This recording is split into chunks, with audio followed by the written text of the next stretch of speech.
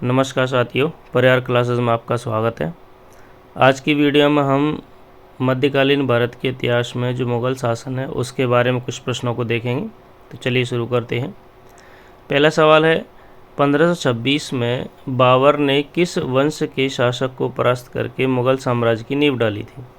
तो उन्होंने इब्राहिम लोदी को हराया था और अपने मुग़ल वंश की स्थापना की थी। अगला प्रश्न है, पानीपत का प्रथम युद्ध कब हुआ था? तो वह 21 अप्रैल 1526 को हुआ था। अगला सवाल है, बाबर ने प्रसिद्ध तुलुगमा नीति का प्रयोग सर्वप्रथम किस युद्ध में किया था? तो इब्राहिम लोदी के खिलाफ किया था, पानीपत के पहले युद्ध में। अगला प्रश्न है, किस युद्ध में जीतने के बाद बाबर ने खजाने का मुंह अमीरों, सगी संबंधियों आदि के लिए खोल दिया था तथा उदारता के लिए उसे कलंदर की उपाधि दी गई थी?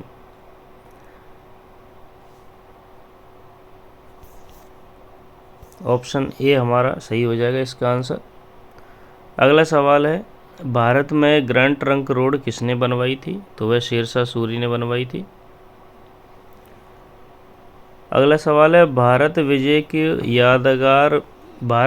की याद में अकबर ने किसका निर्माण करवाया था? तो वह बुलंद दरवाजे का निर्माण करवाया था। अगला सवाल है, आईने अकबरी एक महान ऐतिहासिक कृति निम्नलिखित में से किसके द्वारा लिखी गई है? आईने अकबरी, तो वह अबुल फजल ने लिखी थी, अकबर की आत्मकथा थी। पानीपत की दूसरी लड़ाई 5 नवंबर 1556 में किस किस के बीच लड़ी गई? तो एक हिंदू शासक थे हेमू और अकबर के बीच में लड़ी गई थी। अगला प्रश्न है, दीन ए इलाही नामक नया धर्म किसके द्वारा शुरू किया गया? तो वह अकबर के द्वारा शुरू किया गया था, दीन ए इलाही। अगला प्रश्न है, प्रसिद्ध मुस्लिम शासिका चांद बीबी जिसने बरार को अकबर को सौंपा था वह किस राज्य से संबंधित हैं? तो वह अहमदनगर से संबंधित हैं, सी ऑप्शन सही हो जाएगा हमारा। अगला प्रश्न है, मुग़ल प्रशासन व्यवस्था में मनसबदारी प्रणाली को किसके द्वारा प्रारंभ किया गया था? तो वह अकबर के द्वारा प्रारंभ किया गया था, मनसबों में बांटा गया था अपने राज्य को। अपने काल का महान संगीतज्ञ तानसेन किसके दरबार में आया था? तो ये नवरत्न आए थे, याद होगा आपको। तो अकबर के समय में नवरत्न थे। मुग़ल काल की राजभाषा क्या थी? तो वह फ़ारसी थी, फ़ारस के थे तो फ़ारसी भाषा होगी उनकी। अफ़गानिस्तान, ताजिकिस्तान वाले, उज़्बेकिस्तान वाले सभी लोग फ़ारस लैंग्वेज बोलते थे। सती प्रथा की भर्त्सना करने वाला मुग़ल सम्राट यानी कि सती प्रथा को किसने बंद किया था, स्टॉप किसने किया था? तो अकबर ने किया था। अगला सवाल है, किस युद्ध से भारत में मुग़ल राज्य की नींव पड़ी थी? तो इब्राहिम लोदी को हराया था बाबर ने पानीपत के प्रथम युद्ध में।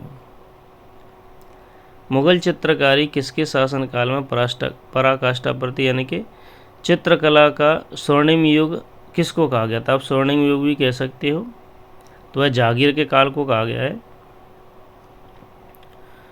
अगला प्रश्न है, निम्न में से किसने अकबर की जीवन कथा लिखी थी? तो आई थी ना आईने अकबरी, अबुल फजल की।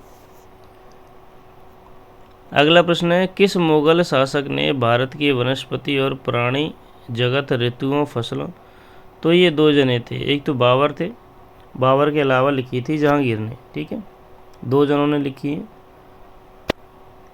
शेरशाह की महानता का घोतक है, यानी कि उसकी महानता कैसे फेमस थी? तो उसकी प्रशासनिक सुधारों के कारण फेमस था शेरशाह सूरी। हुमायूं नामा किसने लिखा था? तो गुलबदन बेगम लिखा था वो। अगला प्रश्न है, अकबर के शासन में महाभारत का फारसी भाषा में अनुवाद किसने किया था? महाभारत को यह किस नाम से जाना गया? महाभारत को फारसी भाषा में अनुवाद किया गया और उसे किस भाषा में जाना गया? तो उसे रज़्मनामा कहा गया था। किस मुग़ल सम्राट ने सैयद भाइयों को गिराया था? तो मोहम्मद शाह ने भगाया था उनको।